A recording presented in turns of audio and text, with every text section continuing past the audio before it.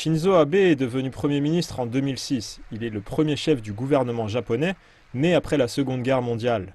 Au cours de son premier mandat, des scandales ont entouré son cabinet. Le taux d'opinion favorable est tombé à 28% et le Parti libéral-démocrate, le PLD au pouvoir, a subi une défaite importante aux élections en 2007. Abe a démissionné peu de temps après pour des raisons de santé et pour permettre l'adoption de projets de lois essentiels.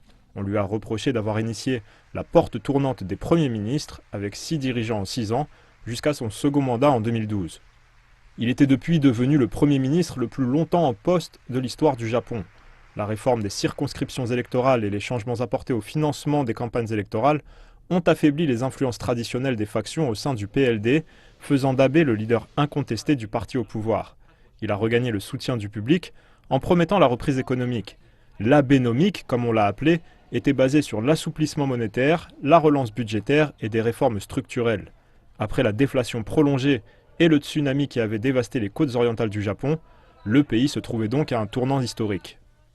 La confiance des entreprises s'est améliorée et les cours du Nikkei ont connu une reprise régulière, jusqu'à atteindre plus de 23 000 en 2020, toujours sous le deuxième mandat de Shinzo Abe, et ce, malgré la crise de 2008.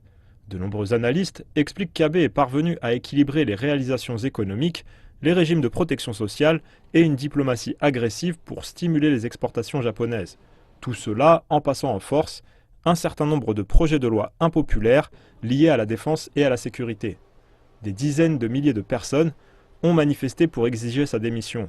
En 2014, des manifestations antinucléaires ont eu lieu, suivies un an plus tard par des manifestations contre les lois de guerre en 2015 et un scandale de favoritisme en 2018.